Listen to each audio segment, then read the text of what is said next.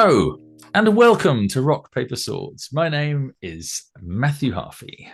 And my name is Justin Hill. And if you'd like to help us with our running costs and get exclusive bonus episodes every month, along with lots of other really cool things, you can check out our Patreon page and you can consider signing up there for free if you'd like. But if you'd like to help us for as little as £1 per month, then there's lots of new tiers now: executive producer, VIP, and even legend. The legend. The legend. So far, just the legend. But yes, hopefully there'll be many more legends. And if you enjoy this episode, please give us a 5-star review and share our posts on Facebook, X, Blue Sky, and all the other places where we post, and get the word out there, and Instagram as well, of course. If there's a social media, we're on it. Hopefully, yes. And if we're not, and you think we should be, let us know. Yeah. But so it's I don't know, it feels like a long time since we had a chat, because we had we had an episode that obviously will come out at some point, but it was cancelled, wasn't it? It was postponed last week. We were supposed to be recording, got postponed, so we're going to do that one in a couple of weeks. So yes, we haven't had a chat for a while. How are things going? I think there's been exciting news in your writing life. Yeah, well, a number of things have happened. I delivered the novel I was working on, the first draft, which was, I was pretty pleased with it. And, you give it one last read through, and there was a lot to kind of sort out. But once that was done, I was like, okay, that's a pretty solid first draft. Good. So very pleased with that. And then I had a week off last week. Nice. Which was lovely. Pretty much, I don't think I did any writing really. Just catching up with things. And this, on Sunday night, I printed out, I have this contemporary thriller that has been holding up Hastings for the last God knows how many years. And it's 80,000 words, nearly finished. I was going to write the ending. And I printed out the first 40 pages on Sunday night, and I read them before bed. So I thought, I'll get them into my brain, and then I'll have a great start Monday morning. And I was kind of like, wow, that is pretty zinging. Wow, I can actually write. Yeah, the stuff I've covered in that 40 pages, I've got this character from here to here, and wow. So that was, what a great start to the week. The next 20 pages already, I start to hit some, I've got to kind of veer the story off a little bit, but those first 40 pages are brilliant. Well, that sounds like your typical modus operandi. You say you like to sort of reiterate over things quite a few times. So you'd probably iterated over that first 40 pages more than the rest of the book. And so you'd polished it a little bit probably in the past, maybe a year ago or something. But sounds like good progress though. I mean, that sounds good. Really exciting. So I've been working on that about 20 pages a day. Excellent. And then, it's quite clear. I'm just going to write the ending. But it's bringing all the threads together and writing a good enough ending for the story. You know how it is. Yeah. And I have no idea how I'm going to do that. I know how it is.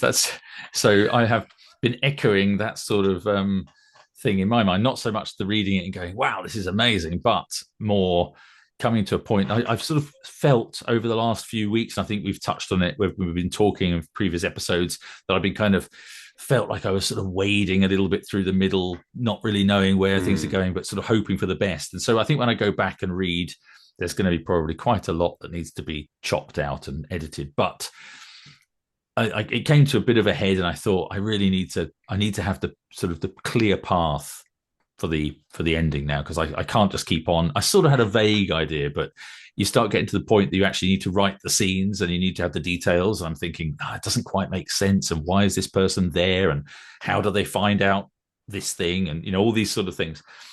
And so at the weekend, last weekend, or I don't know if it was the weekend before, I don't know. Anyway, a few days ago, I was chatting with my wife, and she's very good as a sounding board, and she reads a lot, and she's very good at sort of just listening to me ramble and then saying, well, have you thought about this, or have you thought about that? And very quickly she said that, she hardly sort of said much really. I mean, she had a couple of pointers, or sort of said, well, that you could do this or you could do that, and it sort of sparks the imagination. And obviously I'm already talking my way out of the problems as I'm talking it through with her. So she was very good at sort of just being quiet and listening to me ramble about the story. Go, oh yes, and I forgot, there's also this bit that happens earlier on, and then that means that it's setting up this. And she's sort of listening to me, and they said, well, maybe you could just do this and do that. And so it all sort of coalesced. And then the next day, so on the Monday following that, so it must have been the Monday last week, I sort of spent the day just writing up sort of the little chapter descriptions or the scene descriptions of what we discussed, and sort of putting it into a bit more of a concrete view of the last few chapters. And there's still question marks, and there's still things that I need to polish up, but I basically have got to the point now that I can keep writing and get through to the end. So Yeah, and you were using dictation software?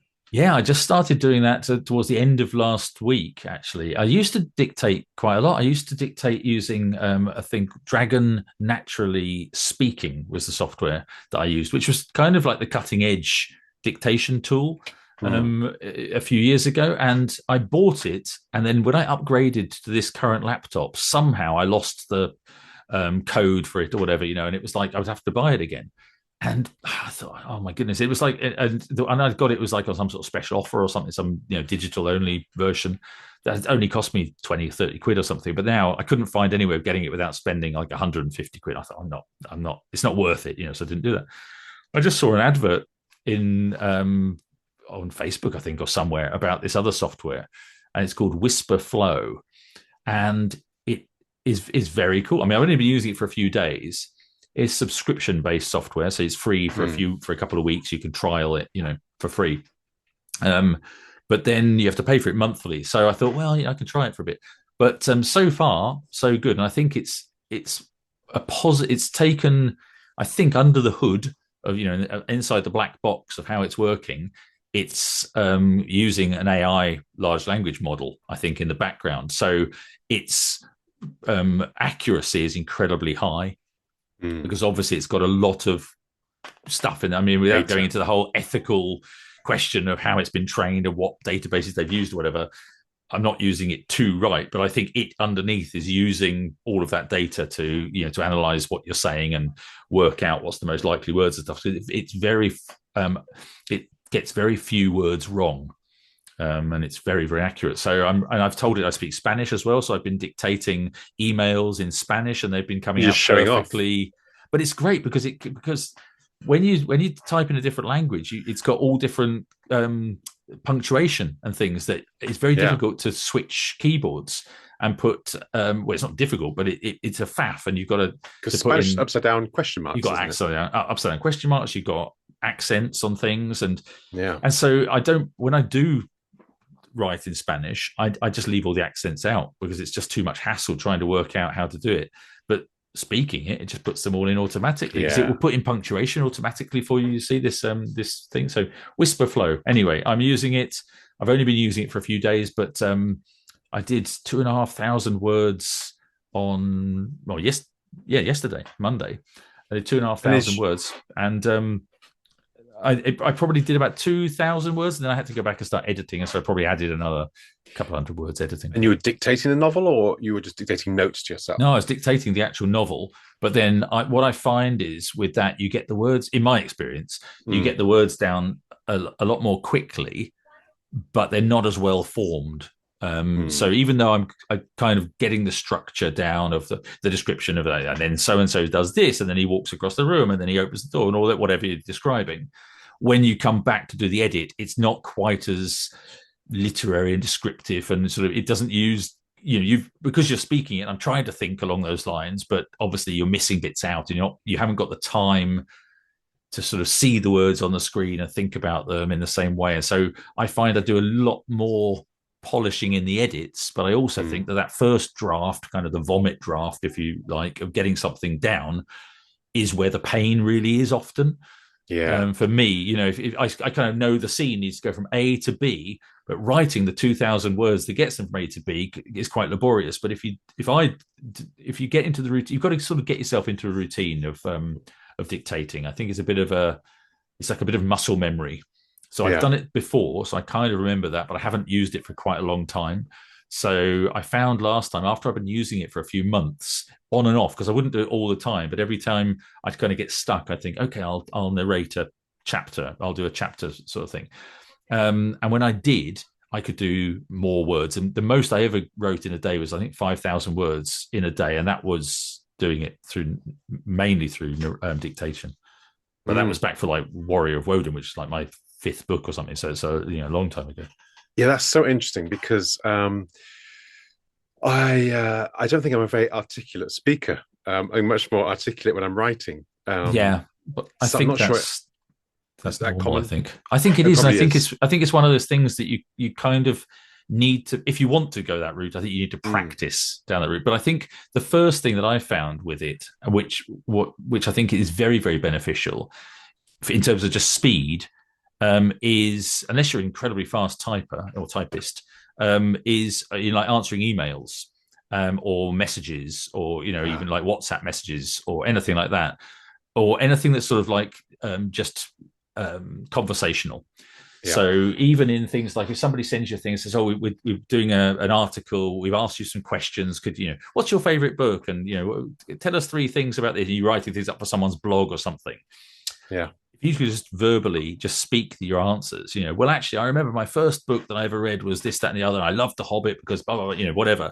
And it comes out very, very conversational because obviously you're Yeah. speaking it, but then you can just tweak it and polish it, and it's a lot faster. So if you Mm, did want to go down that route, I would use it first for things like writing an email to your editor or whatever. Practice like that to get into the idea of what it feels like, and then sort of transition to yeah. trying it with the writing. But Yeah. Very interesting. so yeah, I found it really useful. I'm going to stick at it and see if it helps me speed up to sort of get towards the end of the book, because I want to just finish this first draft. I can see you getting kind of like a 2,000 word, basic sketch out really quickly Yeah, is pretty helpful. I mean, how quickly did you do that in a I matter think I of got an a hour? couple of hours maybe. Yeah, Okay. but I think you're right though about the difficulty of being articulate. So when you don't know what you're going to write, so at the beginning of the scene, I was kind of having to remind myself what was happening, and I was kind of using the software for the first time the last week, and I was stumbling. So it's very much one sentence, two sentences, then looking at it and thinking, oh, and maybe adding another sentence, then thinking, oh, maybe I should have put a sentence before that, and then dictating that. But towards the end, they end up in a fight situation, and in the Mm, fight, suddenly it's like three or four paragraphs in 2 minutes, because it's like bah, bah, bah, bah, bah, bah. And then I sort of rushed towards the end, and today I sort of went through the final edits of it, and I probably I probably dictated 2,200 words or something, and I probably added about another 600 words, 700 words to that in the edit. So there's mm, a lot of polishing. I think if I'd yeah. been writing, I wouldn't have added that much. But yeah, I mean, I think for me, it's a psychological thing. If I get 2,000, once I got 2,000 words down for the day, I feel a lot more relaxed. Yeah. So I got it down before lunch. Basically, I got the 2,000 words down before lunch. I went to walk the dog, had my lunch, went for a nice hour's walk with the dog because it wasn't raining. Came back and then just edited from like about 2:30, 3 o'clock through to like 5 o'clock, and felt at Mm, the end of the day, I thought, well, okay, I've got 2,500 words added to the manuscript. I feel happy. It's good. yeah. That's brilliant. So anyway, yeah. So I recommend it at the moment. We can touch base in the next episode and see, what we think about that. So I was talking of sort of writing. You were saying about you've got this book on the go, and looking at. I was looking at sort of future. The targets of I want to finish this book, the draft, by the end of March. And another thing I've been doing, another thing that's taken up some of my time this week, was doing the adjudication for an Eisteddfod creative writing thing in Devises, which I've been involved with for the last 2 or 3 years. So I've done that. So adjudicating all of these short stories that the kids have done. But I was sort of looking at everything I've got coming up as a prize giving for that. And then we've got, for listeners, I don't know if we've mentioned it very much, but probably we have mentioned it at some point. But we're doing at the end of May, we've got this thing we're doing, the Robin of Sherwood, Yep. Hearn's Arrow event for fans of the TV series And cast. Robin of Sherwood. Yes, and so the cast and crew are going to be there. We're going to be interviewing those people. So I'm looking at this, and then we're going away for a few days after that, my wife and I, and then possibly going to go to Spain in June for the Madrid Book Fair. And then I'm thinking I'm going to have to edit this book that I'm working on now. It's going to be into the editing phase. And then we've got the Historical Novel Society thing in August, in Maynooth in Dublin. I'm just looking at all these things that I'm sort of trying to work out, can I get these things done? And then I've signed up to write a short story for an anthology Yep. of Viking era stories that's going to come out probably I think in September time that's going to come out. But I've got to write that sometime in June. So I'm thinking I've got to sort of set aside a week or two to write that, and so a busy next few months. But Yeah. it's good to be Well, it's busy, good to be right? busy, isn't it? Yeah, Yeah, I I think think it's so. good. I think so. Makes you work faster and harder. Yeah, And I it's good think to have a so. break as well, because you do have to kind of feed your brain, and your social life. Yeah, and I'm looking at things. I'm sort of thinking if I can get all my writing done up to, I can get everything done that I need to get done before we go away, maybe to Spain in June. Then maybe to have July and August pretty much free until we do Yeah. the thing in the Historical Novel Society. And when I say free, that probably means researching the next novel or thinking about the next novel, making some Walking notes around on those sort of Spanish ruins and thinking, yeah, oh, maybe yeah, there's a story here. yeah, could be. But I also got today. I got an email from my editor speaking about titles for this Roman book as well. So we've been Mm. brainstorming titles, which is fun Yeah. because I'm guessing they've got some catalog they need to print or something that they need to start feeding the So did publishing you machine. fix upon one? Not yet. No, it's Okay. at the moment we've bounced a few ideas around and we're saying, well, these words, the words that seem to be good, and we keep on. Both of us have Do, mentioned certain types of words. do they have a pattern that they're looking for, or their No, I think the main thing that we were format? sort of saying was to try to make them different in pattern from the ones I've already got. So the Bearbrand Bernicia Chronicles series is, the Serpent Sword, the Cross and the Curse, Wolf, Warrior of Woden, and I've done the Wolf of Wessex. So those sort of alliterative Anglo-Saxon things, and then in the A Time for Swords, so you've got A Time for Swords, A Night of Flames, A Day of Reckoning. So it's like let's do something different from those two sort of structures. Yeah. And so yeah, we're looking at something that speaks to the story and to the period. And but do we have the word There's Rome so in it? much in a title. Yeah, I mean, absolutely. it sells a book. Yeah, and this is it. So I mean, one of the titles that I came up with, one of the ideas or a couple of the ideas, he said, oh, I really like that title, but I don't think it would be strong enough for the genre that you write in, which I thought was interesting. Yeah. There's certain titles that I think they perceive as sounding more literary or something. So he liked it because it was kind of played on the themes of the story. Mm. But yeah, I think he thought that's maybe too literary and not punchy enough. But do you like writing titles? Do you like coming up with titles? Yeah. I think the title's so important. Um, and it's for me, it's usually one of the last things that happens. Yeah, me Often I too. find the title is in the book somewhere, and kind of the book almost finished, and it's already there. I had a moment this week actually where so this novel I'm working on at the moment is a modern thriller. One of the kind of the voices is a WhatsApp thread. So it's kind of it's all the characters in the WhatsApp thread who can kind of come in at any Okay. point. And I brainstormed ideas that you kind of have you give your WhatsApp thread a title. And I thought, oh, maybe one of these will be the Oh, the name of the book. title of the WhatsApp group. Yeah. And I thought, oh, I think I might have stumbled across a title here.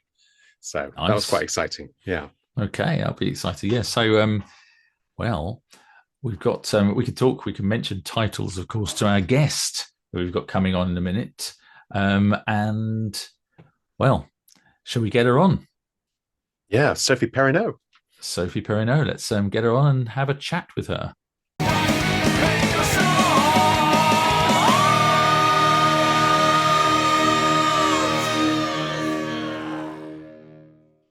Sophie Perinot has taken readers from medieval France to Renaissance intrigue, from Pompeii to 17th century London, and now into the smoke and secrets of the Great Fire in her latest novel, And by Fire. Her work consistently shines a light on the women history overlooked, restoring agency, complexity, and power to figures too often written out of the record.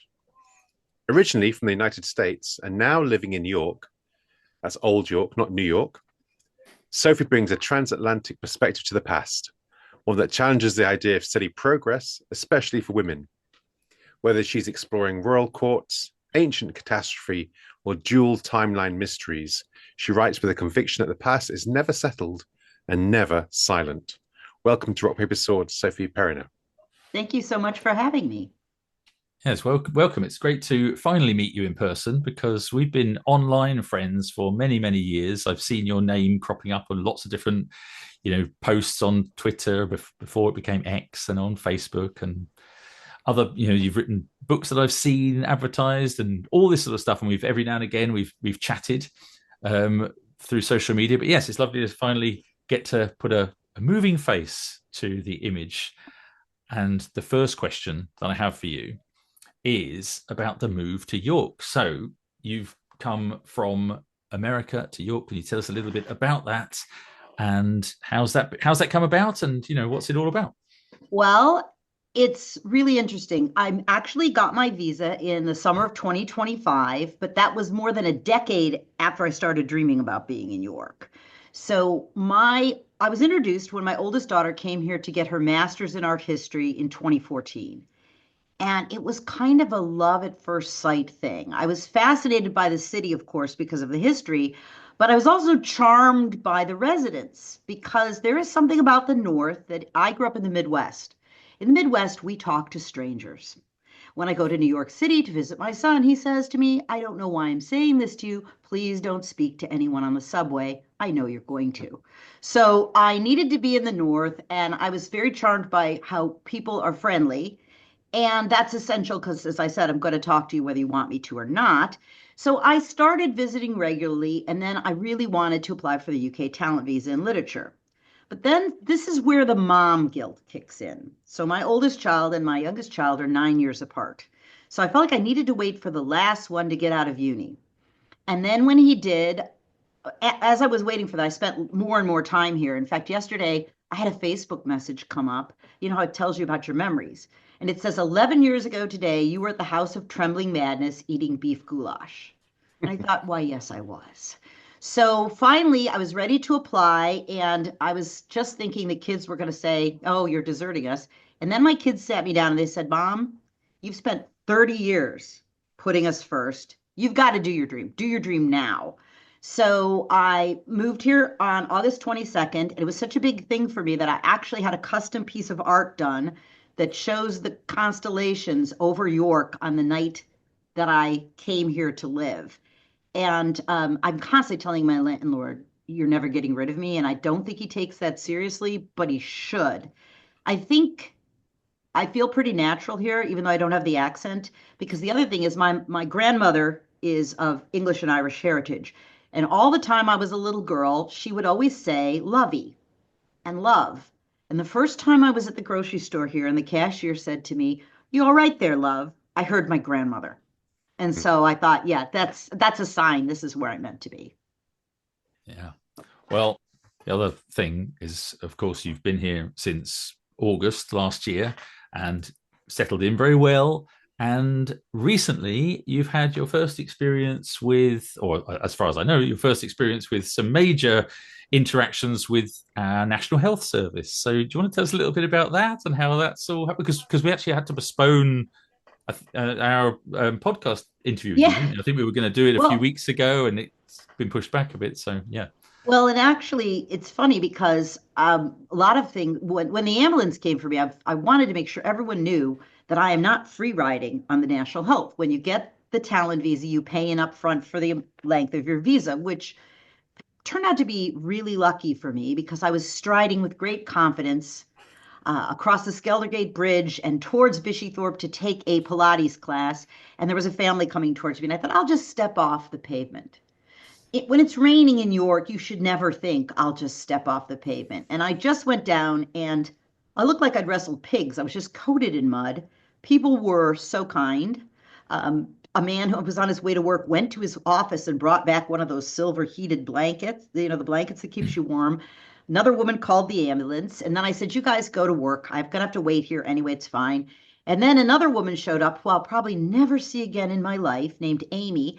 And she said, my kids are always teasing me because in my car, I have a lot of things for emergencies. So she got me a blow up pillow and some Brilliant. hand warmers. And then she said, I said, you can go. She said, no, I was just going to my allotment. I don't want to do that anyway. I'll just sit with you. And then a double decker bus stopped because I like to be as obvious as possible. And the driver got off and he's like, are you okay? I'm like, yes, fine. So I actually found the national health to be brilliant. So sometimes in the A&E, especially, stuff takes a while, but they pretty quickly decided I needed to have surgery because I'd fractured my knee. And that was really eye-opening for me because I've had some much more major surgeries than this in the United States. And for example, I had a double mastectomy in 2022, which they sent me home the same day with 4 surgical drains. Wow. Yeah, I fractured my knee here and had surgery, and I got 3 nights and 4 days in hospital till they were sure I was safe to go home. And I just felt that everyone who was doing their job there really cared deeply. Um, so yeah, I'm actually going to write a thank you note to the ward and take it when I go to my next appointment and ask someone to run it up there.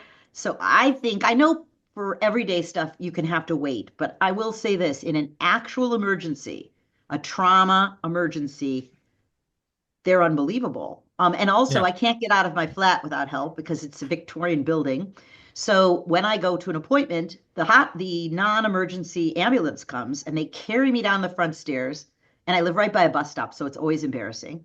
And then they take me to the hospital and wheel me in, and then they come back and pick me up after my appointment. So I I think it's brilliant. Yeah. And it's all paid with our taxes, and it's Right. free And at the and I point pay a of lot of use. taxes. Yeah. I did pay a lot of taxes on the other side of the and had very good insurance, but I'm sorry to say this is better. I'm not sorry to Mm. say because I'm here, but I think my country's made a huge mistake not having universal health care. Oh yeah. Well, we don't need to go down the Yes, political route, but yeah, I right. mean, it's amazing that having the free healthcare at point of access, and you just get it for free, and they'll just look after you and make sure, like you say, I mean, they all really care. And Well, the people on the ambulance, I consistently ask a question when I get on the ambulance. I ask the person who's sitting in the back of me, what made you want to work in the ambulance service? And I've heard wonderful stories from a young woman who was saved from a terrible car accident by the ambulance people, and she reordered her life because her mom worked for an ambulance to train for the ambulance because she realized they'd saved her, to a retired police chief constable who said he was bored when he retired and he thought, how could he still serve his community? And he thought ambulance service. I mean, it's too bad I don't write that kind of story because I heard some really inspiring stories. oh, maybe you can, but that takes us on as a nice segue onto stories and things that you've written. And you've written your most recent thing is your most recent book, as far as I'm aware, is And by Fire, your most recent Yes. solo novel. And that does have some modern Yes, it timelines in does. it. Yes. So do you want to tell us a bit about that? So you've done a Yes, split well, and timeline actually, thing. it's interesting because I have 2 books that, as you know, have fire in them. A Day of Fire, which actually was re-released by William Morrow in 2023, and then And by Fire. I actually got another name for that, which my kids thought was hysterical because they're like, you're enough trouble with one name, and now you're going to have 2 names. But I think what was interesting is the historical timeline was in the Great Fire, but I had a modern timeline. And what I first found is that nobody researches better than historical novelists. I double dog dare anyone to challenge me on that. I mean, unless you're writing academic nonfiction, we are the king and queen of research. So that paid off right away. And I thought, this is great. But of course, this time I was researching totally different things like police procedures and how bodies burn. Never going to forget that. But then I found that I had to make some things up, even though I knew the truth. Because I'm so used to, if you know the truth, you tell the truth.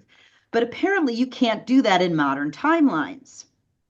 And so I was talking to a British friend and I said, I did the research and I know who the superintendent of this part of the City Police of London is. And she said, you can't use his name. Do you want to get sued? And I said, but my readers will read this book and they'll think I didn't do my research and I made up a name. And she said, no, you have to make up a name. So that was in some ways very liberating, but in other ways, it's just completely turned on its head what I am used to doing. And I think ultimately, by taking on the new genre and having to adjust to things in it, I think it kind of gave me an impetus for improving all my writing and my thought process creatively, because sometimes you just need to do something that breaks you out of the mold. I Mm. really love it. And I'm actually working on something right now that has a bit of a twisty mystery thing in it, and I would love to do a second book in that series as well. But the idea I had for it probably isn't for this moment, so I have to think hard about that. That was a long Okay. answer, sorry. That's all right. Yeah, that's good. So I would like to welcome you to York because it's my hometown, and You're you so know, lucky. I think it's a spectacular place to grow up. And I know personally, growing up in York, when I was young, the Viking dig was happening. My primary school, we went to go and visit the Jorvik Viking dig. It was all kind of boarded up, and they had an enormous vat of oyster shells, and you could buy oyster shell for 2 pence. And I came home that day and showed my parents a Viking oyster shell they'd picked out. So it's had a huge kind of influence on me on my writing. And I wonder, I mean, York's a place you've visited a lot over the time, but how are you finding living somewhere? Because you were in Washington, D.C. for 30 years before this, which Yes, I also is quite was. historic, I guess. But living in York is historic in a way that's completely different to Washington, D.C. How have you found kind of being in the city now as a resident? Well, I think the thing is, I read history at uni. I then went to law school, but I first, because I was a lawyer before I was a writer, but history in America is different because it's so short. Hmm. It's just really short unless you're going to do the native people. And I never really wanted to write American history. None of my novels are American history because growing up, my introduction to historical fiction was one of the grandfathers of the genre, Alexandre Dumas. Hmm.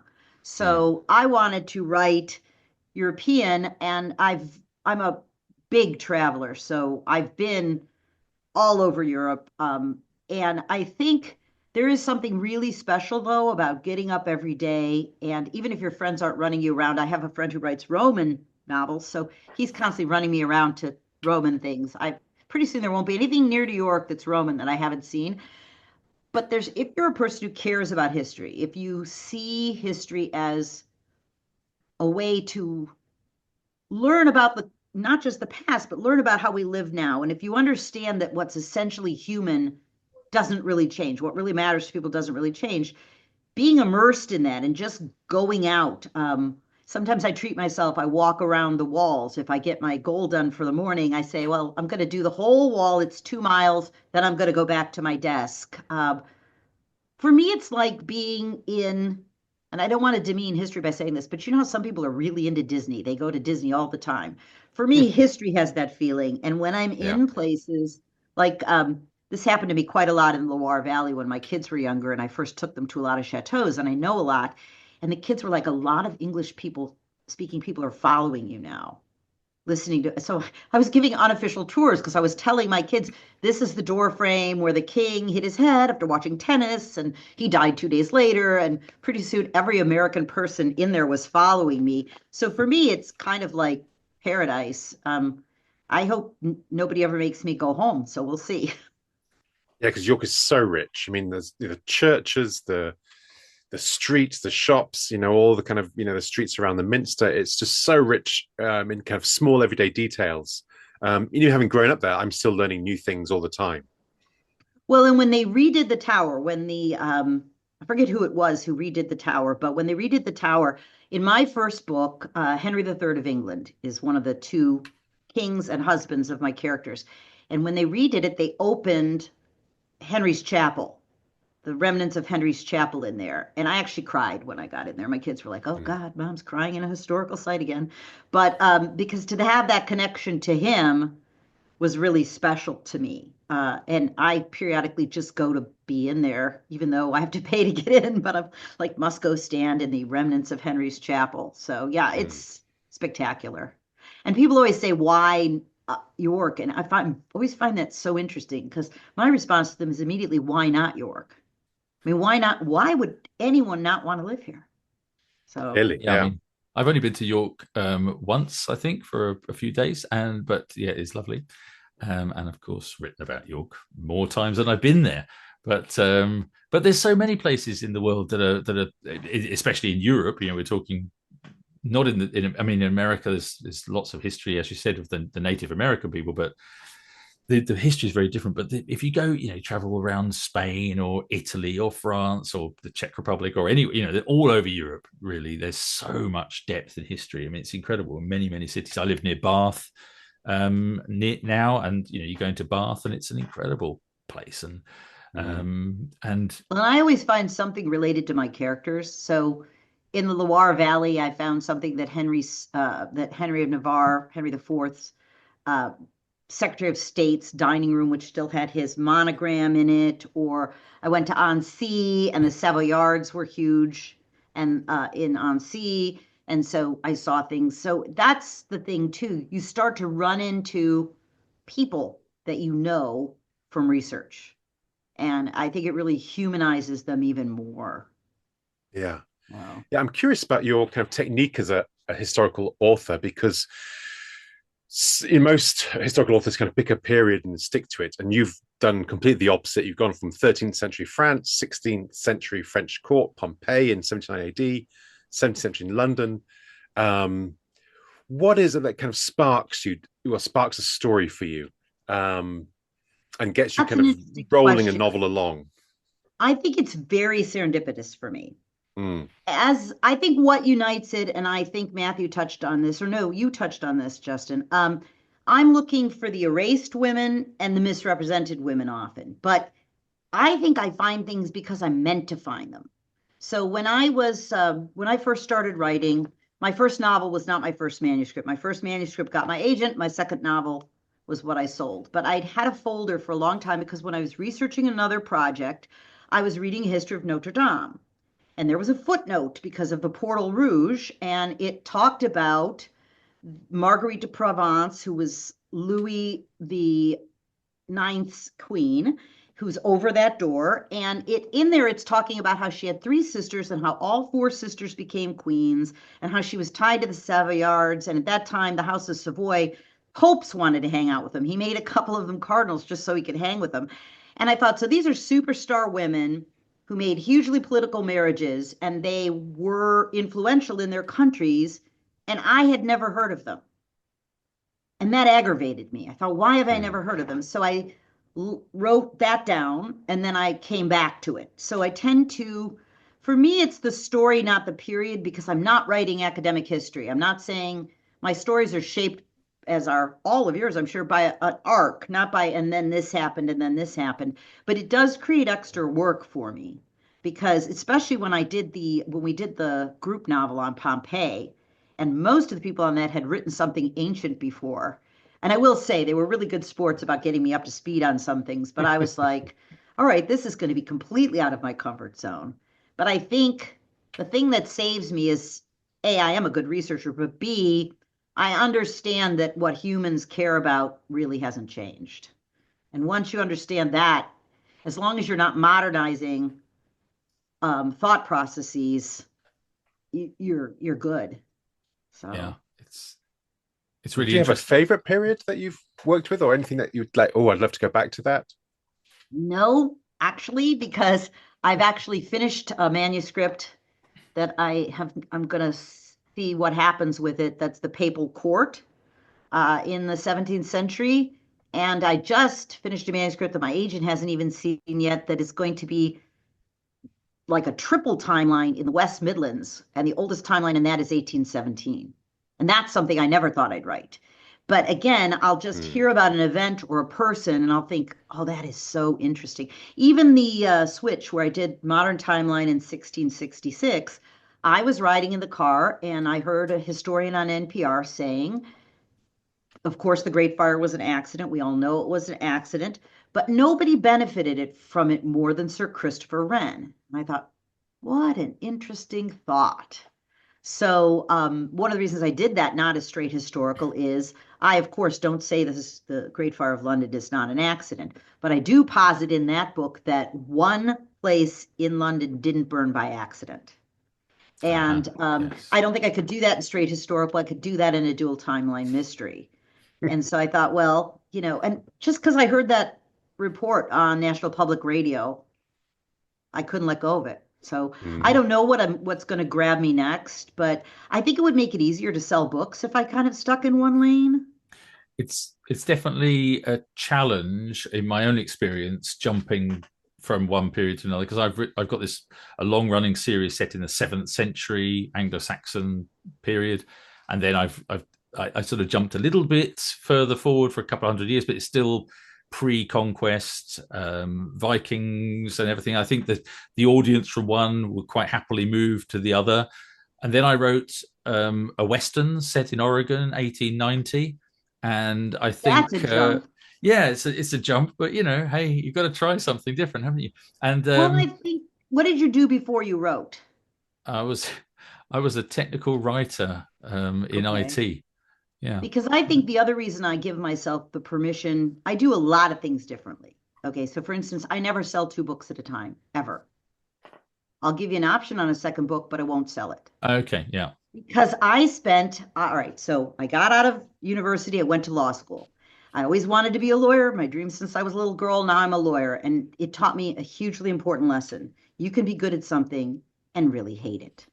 So when I was a lawyer, my personal work record was 27 12-hour days straight without a Wow. day off. My grandmother died in December one year, and we couldn't have her funeral till January because I couldn't get away from work. So I felt like that job was indentured servitude. So when I decided to leave that and do this, I decided I was not going to be on anybody else's schedule ever again. I probably would do better commercially if I hadn't made that decision, but it was just, I just couldn't do that. And this was supposed to be a passion project, and I'm like, no, not going to do that. I think So, Yeah, I'm like you. that I sounds think much healthier than mhm.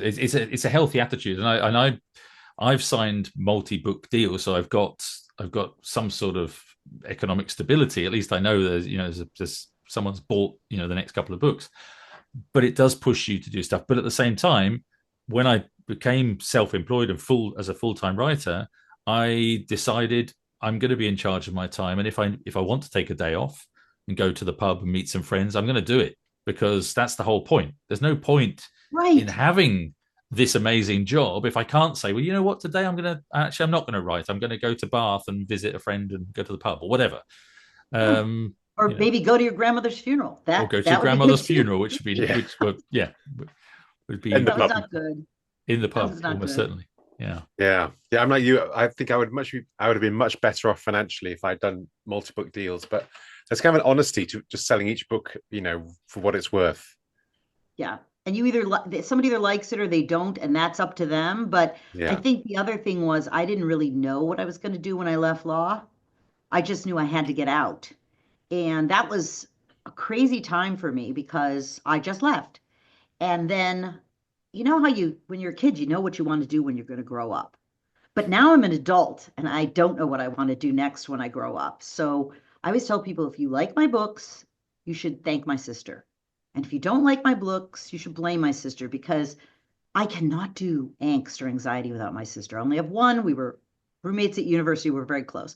So I called her and I was using her as a free therapist and career counselor. And she said, look, I know you're making up a story in your head right now. She said, we used to walk 45 minutes one way to school, and you'd tell us two chapters of the story on the way and two chapters home. She said, whatever you are making up now, pick up your dictaphone and say it out loud. My entire first manuscript I dictated. Wow, And that's really interesting. We the just first edit on it was typing it up. before we came on air with you, so we did like a little preamble just to Yeah. chat about where we're getting where we are in our manuscripts and our work. And I was just saying to Justin, I just started dictating again, using some software to dictate straight to text. That you can get. Oh And no, mine was so old fashioned. It yeah, was little tape. I know You where had to type you're it. coming from, but it's an interesting. We were talking about the process, the mental process of verbally writing, as it were, and dictating, and then having to edit later. Dialogue is better that way. And Yeah. I always tell my son now is following in my crazy footsteps. He's actually gonna come to the UK and get his master's in fine arts and creative writing.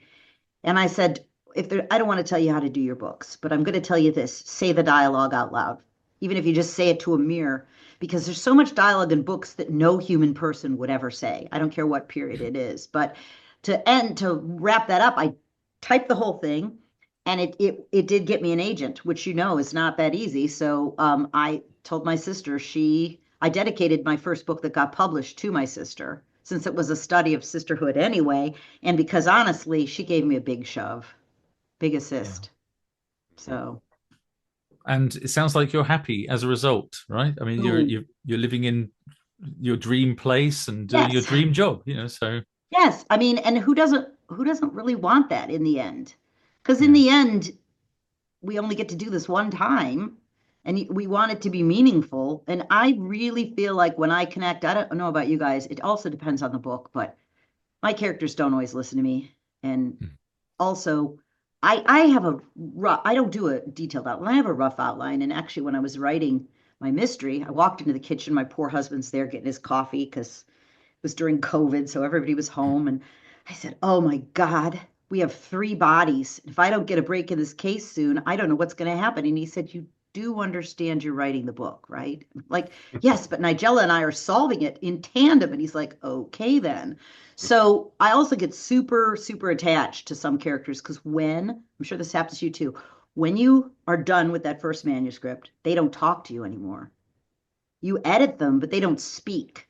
So the kids had this thing where they'd say, "Mom just finished the first draft. She's going to be crying a lot this week. Everybody just avoid her." Because you miss those people. I don't know. I don't get that. I have to. I, Okay, I well, don't get I don't get them speaking to me. I'm sorry. It just doesn't happen to oh, it me. doesn't happen with everybody, but there's one book in particular where I felt like I was literally mourning. I thought I am never going to hear that protagonist say anything ever again. And that was just devastating. So, Yeah, and he's dead, I so I had it couldn't with write a sequel. Shield Wall actually. I remember one of the characters dies at the end, and it was a scene I'd sketched in, and then the very last scene I wrote in the book, I went to that scene and I wrote it properly in detail, and I was so traumatized. Yeah. I kind of came out, took a deep breath. Yeah, I didn't want to kill him. I loved him so much. He was Oh so much yeah. fun to write. Right. I've cried writing, but yeah, not. I don't know, this thing of sort of like hearing the voices or having them speak to me. That's Not when I really. start writing. I know I'm done researching with the initial research because we all know we're going to stop 100 times. And like, I remember stopping in the middle of writing Medici Daughter to make 100% certain what kind of farthingale the majority of women were wearing at the French court that year. But the basic grounding, how I know I'm done with the grounding research is when I hear the voice of my point of view character. And the interesting thing about that is people are always like, "How do you decide?" Because I've written first person present, I've written third person past. I said, I don't decide, the character does. And however they speak, that's how that book's going to be written. And I can change it later if my agent doesn't like it, but that's how it's going to be written. So that for me is the moment. And I'm like, no, quick, I got to get this down. I wrote a last scene like that, but I wrote it on a plane. I was on an international flight. The seatbelt sign was still on, so I couldn't get my laptop. And so I wrote the whole scene, the death scene, on my phone. And then I had to figure it out because I'm terrible at typing on my phone. But I thought, if you don't get this now, you're not going to have it. So, Wow. yeah. And I guess that's, for anyone listening that is aspiring to write, or anyone that is writing, this kind of just goes to show that there's many ways to write, and there's no right or wrong way. Everybody does it differently, and Mm. people experience the muse in different ways, and Right. whatever the term is. But Well, it's your craft. Everybody's yeah, craft is going to be different.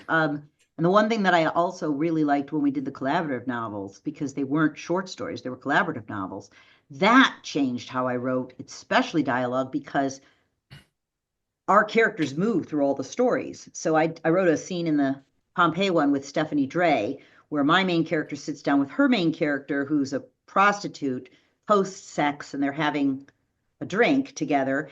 And we wrote that dialogue in real time on a Google Doc.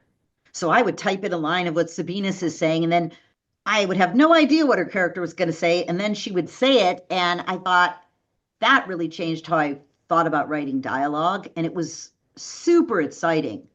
I think anybody who worked on any of those projects would tell you that was such a kick. that's really interesting. And I mean, I did, yes, the last year.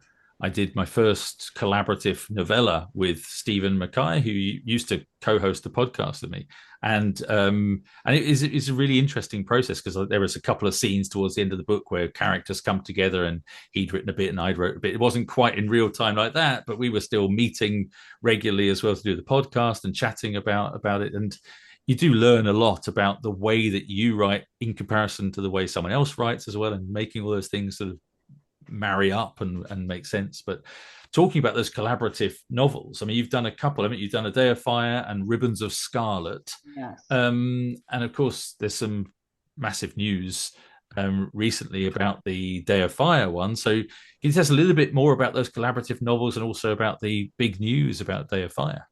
Well, the Day of Fire, we did, it was back when Kate Quinn and Eliza Knight and Stephanie Dre and I all were living in the Metro DC. And we'd get together, book festivals, we'd just have lunch.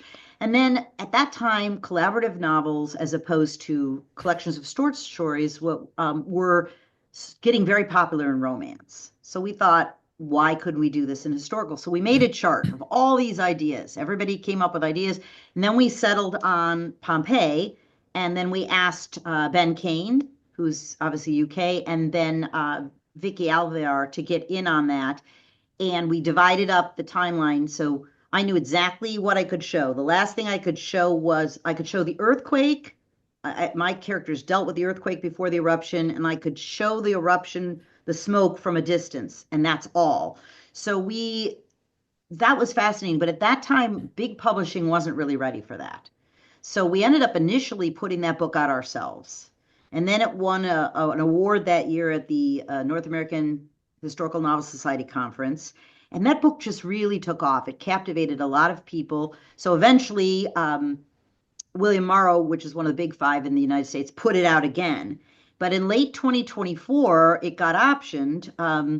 And, we were skeptical because lots of things get optioned and don't happen, but we were all crossing toes and fingers. And then the Hearst brothers, who were showrunners on The Tudors, got involved. So we thought that's looking good. And then Ridley Scott said he wanted to produce it. So what's interesting, though, is we initially thought it was going to be with Amazon UK. And now Ridley Scott's production company, Scott Free, took over the option. And last we heard, he's still working on developing it, and now he's going to start pitching it to streaming services. So we're still really hopeful. And Ben goes to Pompeii a lot. He takes tours there.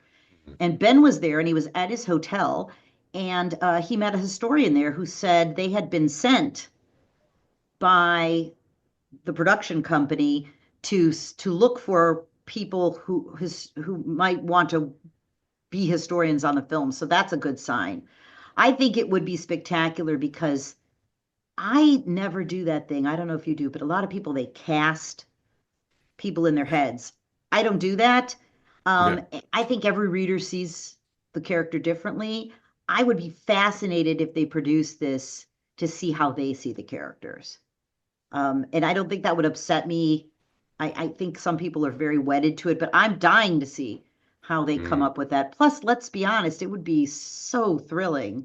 Yeah, it would be I'm really guessing special. it could be a mixture. I mean, it definitely would be exciting and thrilling, of course, and not to mention maybe lucrative. Who knows? But but I guess there would always be that balance of trepidation, and it could be potentially they could do a terrible job of it, or it could be brilliant, or it could be.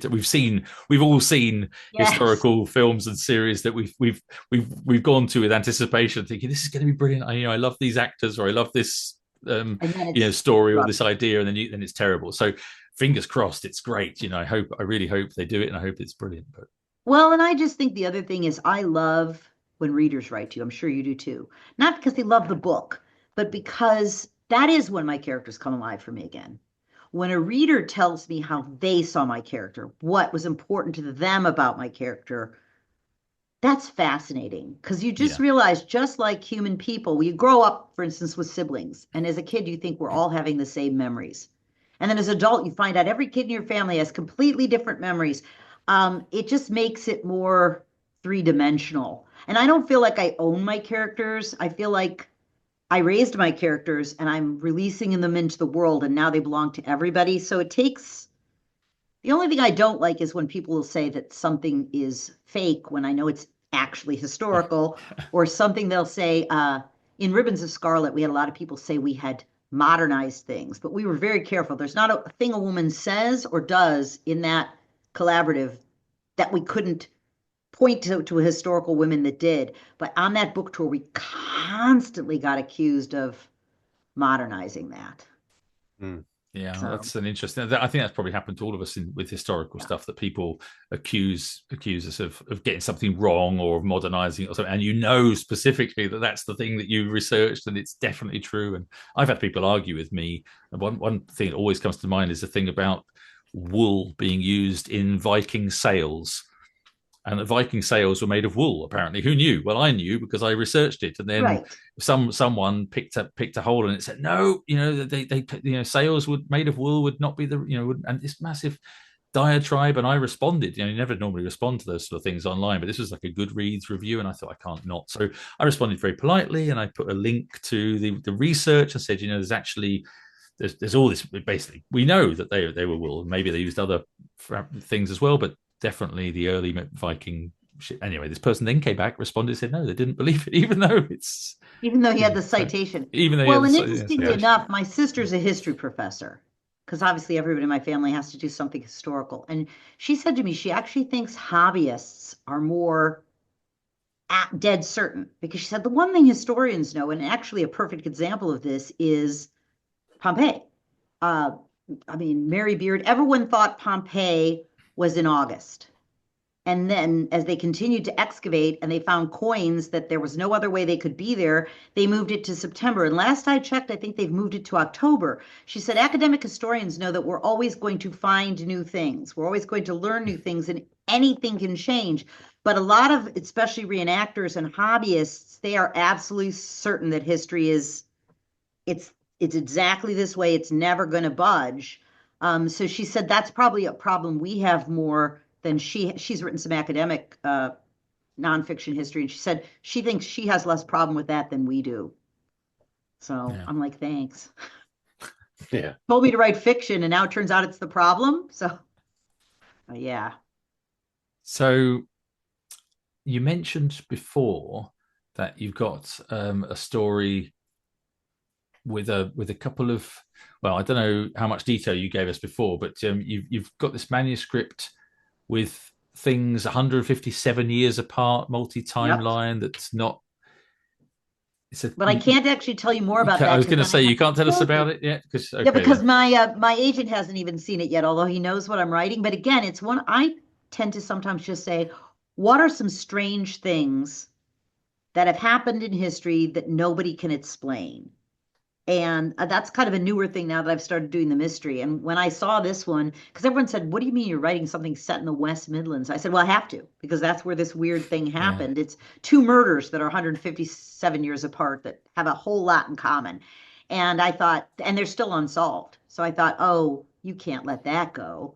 The interesting thing is, I'm not sure that's going to have, we'll see. I'm not sure that's going to have an American audience. I think Americans love to read about other countries and they love to read about Britain in particular. They have a very narrow view of what those countries are. Like you'll meet Americans traveling, and not all Americans, but there's only a certain part of Italy they go to. There's only a certain part of France they go to. There's only a certain part of England they go to, and they travel very rapidly. Mhm. So, I can't imagine going for 2 weeks and being in multiple countries. Yeah, I know. I mean, Yeah. I don't feel like I could I've absorb done any. Europe. I've seen 15 countries in 15 Right. days. That kind of thing. Right. Yeah, So yeah. I think, well, I'll be interested to see what my agent thinks about it, but I did it anyway because we've already talked about my willingness to do whatever I feel like. So do you think with these sort of dual timeline things, or in this case, you've got two murders separated by Yeah. 157 years?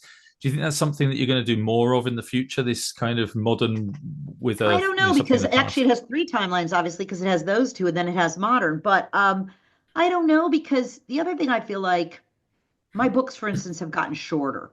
Now I think that's partly the market because shorter books are selling. I think it's also because I've become a more concise writer. I feel like, and I'm sure you guys feel this way too, I'm evolving. That's a good thing. I don't want to be stuck in one place. The other thing about the market is I, in the United States right now, historical is not, I mean, it was much more popular when I started than it is now. And then there tends to be very narrow, and there's nothing wrong with World War II. I did my senior thesis and defended it on a topic in World War II. But I've just never had any desire to write World War II historical fiction. And in the States, I feel like we've had 3 to 5 years where every single thing is set in that time period. Mhm. And I don't know that it didn't change my mind. I never really thought to myself, well, I better write something in World War II. I think in England, you're very lucky because you can still do Anglo-Saxon, you can still do Viking, you still do Roman. Those are just things you can't even do right now in the United States. You can still do Western if you've got a friendly editor that finally gives in and says, "Okay, write the Western that you want to write." And then Right. with the next contract came up, I said, "Okay, so I'm going to do a sequel to the Western. I'm going to do a sequel to the other one." And it's like, "Yeah, you could do a sequel to the Anglo-Saxon one, a sequel to the Viking one." I said, "Yeah, and the sequel to the Western." We're not. You're not doing a sequel to the Western. I said, "No, I'm going to write a No, you're not writing a sequel to the Western." So that's very firmly, I've been told, you can do the other stuff, but you're not doing a Western again. Well, and the truth is sometimes the thing you love the most that you've written that you think is the best is just Yeah, not the one that takes off commercially. exactly. Yeah, That's just reality. It yeah, doesn't mean you're sorry you did it. It doesn't mean you don't love the character in the novel, but it could just be wrong place, wrong time. absolutely. I mean, it's interesting, because that definitely it doesn't sell as well as the other books. But I think, like you said before, you to be really commercial, perhaps you need to find, it's easiest if you find your niche time period or subject matter, and you continue with that, and you kind of build if maybe if the first book I'd written had been a Western and managed to build up a following there, unlikely as that would be. But But I think it's bold too, but I love it because people said to me when I wrote my dual timeline, I was very worried because I want it to be authentically. So I ended up having two, Ann Easter Smith and Simon Atkinson Turney, both read it because I said, I really don't want it to sound like an American pretending to be British. Because so I think that's hard. But on the other hand, I don't think it's impossible. I'm sure your Western sounds that well, you would know, but as an author, you're always yeah, thinking, no, absolutely. I mean, I cheated a bit because I made the protagonist English, so he's an ex-military guy, an ex-policeman as well, who goes out to America, and so I got that, fish out of water thing, and him being able to experience, but obviously people speaking to him were locals, right. but I read a Well, lot and I of a lot definitely, of westerns. as I'm living in Yorkshire, I've picked up some new favorite words that I've swapped in for American words, but I definitely get some things wrong because I was telling someone today, a friend, that I have a book I bought for my research. It's never been opened. It's clearly a new book, but it smells musty. And it turns out it came out in 1999, which is a lot longer ago than I thought. And so I said I put it in a bag with some baking soda to take the scent away. And they said, "Do you mean bicarbonate of soda?" I said, "Oh God, yes, I do. I just said it the American way." My favorite Well, one might be whinging yeah, well, you instead can of say baking whining. soda as well. I've heard baking soda and bicarbonate of soda Well, I got both. corrected today, and that's okay. That's okay. But Yeah, I've definitely substituted whinging for whining because whinging's just better. yeah, Yeah. whinging is a good word. Good. So we are, we've already been speaking for a while now, so we're sort of coming towards the end of our time together. But before we part ways, we cannot go without talking about. Well, there's an easy joke to be made here in that we started off the conversation talking about the NHS, and of course we could finish talking about the HNS. So another initial based thing. So the Historical Novel Society conference in Maynooth, or Maynooth, we're not sure how it's pronounced, near Dublin, which I believe you're going to later Yes. in the year, and you're going to be What you should speaking. know about is I'm an addict to these conferences. So in America, I'm one of the few people who has attended every North American conference Wow. since 2005, which was long before I was published. I really feel these conferences are, if people go into them with the right attitude, they're just a great crash course on so many things. And I think what you look for in them changes. So when I went to my first conference, I went to everything on, you know, getting an agent, what was hot in the market. And then after I sold my first book and I was waiting for it to come out, I went to everything on marketing and everything on how to organize events. And then now I mostly go to see friends and to serve on panels. And I'm going to be very interested to see what the difference is. Because the one thing I do think, and I could be wrong, I think the North American Conference, there's craft panels, but I was always confident in my craft, so I wasn't going to go to those. We have a lot of, for instance, we gave a panel in Las Vegas that I was on that was a blast, and it was about selecting pen names because people are very nostalgic. They're like, I'm going to pick my grandmother's name. And we're like, this is a business decision. You need to dominate the search engines. So we have a lot of those kind of panels. And my sense is that the conference here in the UK is a little more of a little less business, a little more history. So I'll be interested to see if that's true. But I'm very excited, like super excited. I'm really glad that I fractured my knee early so that it doesn't mess up the conference. Absolutely, yeah. It would have been a pain if you couldn't have Oh, I gone would to have the conference. crawled. Are you guys on the same panel or different panels? We're both on the same panel, and we're going to be doing roving podcasting as well. So we'll be seeing you there with a little microphone and camera and That's kind of exciting. I'm sure we'll What interview you as what's the well. topic for your panel? Oh gosh, do you remember the topic for our panel, Justin? Oh, Sorry, you put me on the it was spot. something about characters, taking characters beyond the kind Something, of obvious, I think. something about characters. Yes, Well, that's that's it. good. Maybe if we don't overlap, then I can come see your panel, which will be exciting. Yeah, it'll be Yeah, brilliant. We'll yeah. We're doing our panel do with some research. Jean Gill, who's another author who lives in France. And again, like you, she's had some surgery just recently. So she was very pleased that she was having a surgery now. She's actually had Ooh. heart surgery and she's had it now so that she's going to be better by August. Yeah, hopefully Matthew and I will get there Yeah, operation hopefully. free. Yeah, fingers Well, crossed. yes, you should. The interesting thing is, my panel is going to involve someone who got the talent visa 3 years before me, and she and I had always planned this together, which is Michelle Moran. And she moved here. She's down in Cambridgeshire, and she moved here before me because her kids are younger, and she didn't have to wait for them to finish university. She could just take them with her and put them in school. And then another American. So we're going to be kind of a Yank panel, but hopefully that will be okay.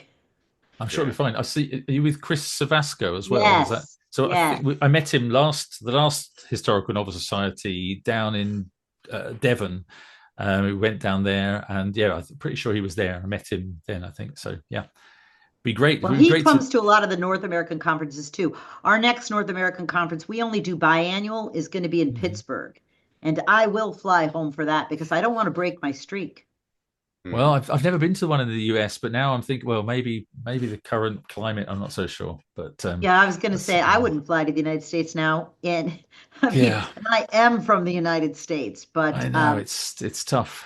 but the It's conferences are terrific and they're very large, and we have a ton of panels going on at once. I So, think it's going to be very different. I haven't been to the America ones, but I've seen about them, like you say, Las Vegas, big conference center. And I think you're right that the focus is probably going to be different. But I think that's kind of obvious when you think about where, in Britain, they're doing it. Like the last one was in, well, I went to one with Justin 10 years ago in Oxford, surrounded by history. Then we're in Devon in an incredibly old place. They've done it in other places as well, and then we're in Dublin, near Dublin. And so you're surrounded by history, surrounded by all of this stuff. It's going to become much more It's a different vibe, isn't it? very different vibe. right. And I think when you're in Las Vegas in a big conference center, it's going to be more centered, I think, on the commercial side of things, perhaps. And Well, we do a lot of they do a lot of historical panels, but to be honest, although I've given some of them myself, unless you're writing in that period, I tend to gravitate towards the things that can apply to anything. mm-hmm. To, Yeah, to anything because especially in the beginning, baby writers really need to realize this is a business. yeah. And a lot of them really don't realize that it is. So the other thing we did because of the pandemic, but we did it before that too, is go video. So people can watch not all the panels, but certain panels are selected to be live broadcast, and then you can watch them later. if you've attended or if you've bought access to them. So that's kind of interesting because then you think, oh God, hundreds of people are seeing me. Because in the pen name one, it was something about one pen name's not enough. So they convinced me to come dressed as Evie. Because if you ever see my Evie headshot, you will notice that she doesn't look like me because I even wear a wig. I was completely styled for that. So I sat down and then the panel woman said, oh, we were expecting Sophie and we got Evie. And then I said, I just ripped off my wig like in a big reveal, which was crazy. And I thought, now hundreds of people have seen me make a fool of myself in that manner. But when the woman who was running the panel said, will you do it? I said, sure, why not? So what is your other pen name then? Sorry. So how many pen names have you got, and what? Well, I'm Sophie for straight historical, and Yeah. then Evie Hawtrey for my dual timeline. And Okay. Evie, actually, if you ever see the cover shot, my son took that. My son picked my wig. He picked my entire outfit. He has jacket credit for that. He took like 200 pictures of me, and you will look at it and you'll think, no, that doesn't look like her at all. And that was his intention. Plus, he was very excited because, he's a jacket credit in a hardback book. And he was still at university then, so he thought that was cool, which means he's a nerd. So it's okay. Well, it's been fantastic speaking to you. So thank you for coming on. I'm glad your experience of York and the NHS has been great. And hopefully your knee will continue to improve and you will be up and about and walking the walls of York very soon. And more importantly, strolling through Maynooth, meeting everybody, because so many people I've known for years and I've never seen face to face. And I really appreciate you having me on because there is something dangerous about having an American. We can go rogue. So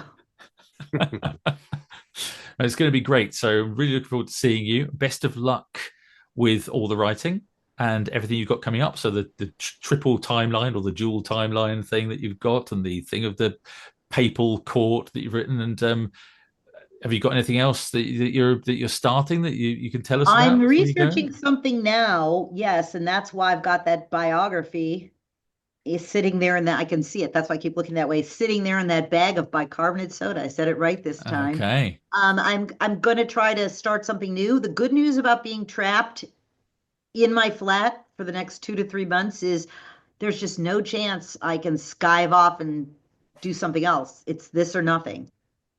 Okay, so I'll tell you what. Then we'll wait until we see you in August, and then we'll interview you, do a little impromptu interview, maybe over a glass of wine or something in the bar, and we'll ask you about how the research is going for that one, and whether you can tell us what you're writing about. Yeah, hopefully we'll have made really good progress. So yeah. And meanwhile, hopefully I will not slip and fall.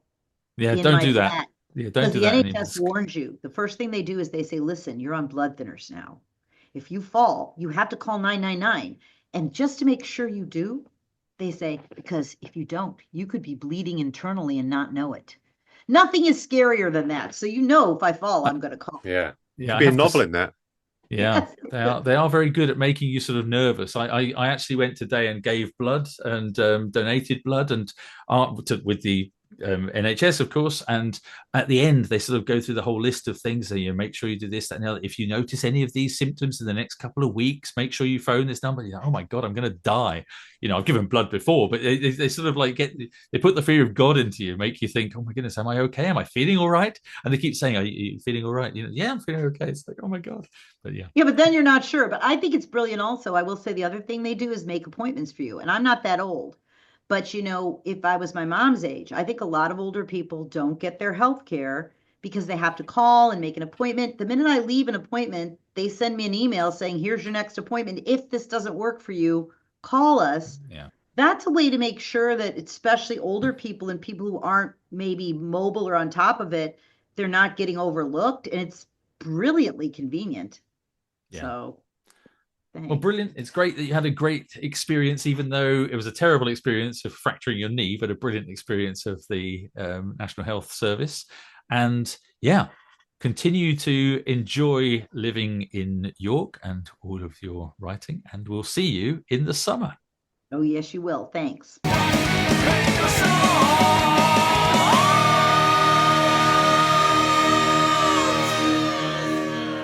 Well, there you are. You've just met a new neighbour just a few miles very down the road exciting. from you.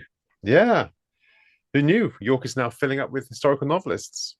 Well, it's a historical place. My wife loves York as well. We've only been there a bit, once for a few days, and she always says that she loves Yorkshire and that we should Yeah. go back again. So this year we're not going to Yorkshire for our, instead of the Lake District we've been going to for the last few years, but we're going to the Peak District. But then I said maybe we should just go to Yorkshire. So I think maybe next year we'll be going maybe to the Yorkshire Dales or something. Yorkshire is great. I mean, North Yorkshire.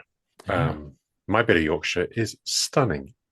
Oh, We're in the middle of all the Cistercian abbeys. So we have Revo, Byland, Fountains a bit further away, but yeah, these are all within kind of 5 miles from here. Oh, brilliant. Well, definitely that'll be somewhere that we'll be thinking of visiting maybe the following year, because we're looking at places that we can visit in the UK that we can go with the dog, get a cottage and just take the dog with us and chill out for a week. Perfect. So that was interesting. Sophie Perinot is an interesting character. And I don't think you'd encountered her online before or her books, had you? But no, not at all. She's done a lot of stuff, a lot of different periods and interesting background. Yeah, and I like listening to all writers talking, and she was full of ideas and very confident. And I always find it fascinating listening to people doing what we do. Because most of the time we sit alone in a room and make stuff up. I love that thing of like talking about the Historical Novel Society, and from someone who said that since before she was published, because when we've been to a couple of these events now, and you see, I remember you very clearly. You said to me the one in Oxford when I was just published, and I said to you, I remember saying like I feel like a real bit of an imposter, and you said, but you are where most of these people want to be.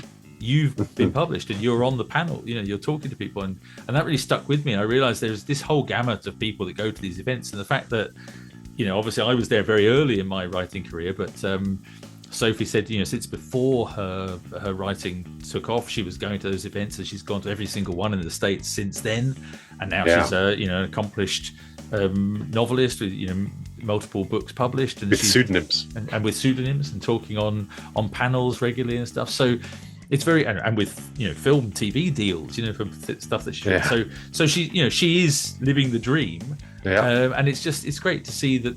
I think for people that go to these events that are aspiring novelists or very early on in their career, to realise that everybody has to start somewhere. Everybody starts unpublished, and I've always said, the people that are successful professional writers and published writers are amateur writers who didn't give up, just kept on trying and got and improving. So I thought that was really interesting, just listening to her talk about, like you say, with such enthusiasm and confidence about all sorts of aspects of her career and her writing. Yeah, brilliant. So I think that's it for today's episode. Hope you've enjoyed it. If you're watching this or listening to it, wherever you are, don't forget to leave a review and subscribe to the podcast. And thanks, of course, to all of our patrons, and a special shout out to our Patreon producers, Ben Mayer, Andy Maxwell, Ben Fox, George Johnson and Matt Muller, and to Adam Turner, who is a legend patron. You can sign up for Patreon to support us from as little as £1 per month, and don't forget there are now new tiers with even more rewards. And until next time, a rock, paper, swords, it's goodbye from me, Matthew Harffy. And it's goodbye from me, Justin Hill. And remember, whatever action and adventure you have going on in your life, be kind. Stay safe. And happy reading.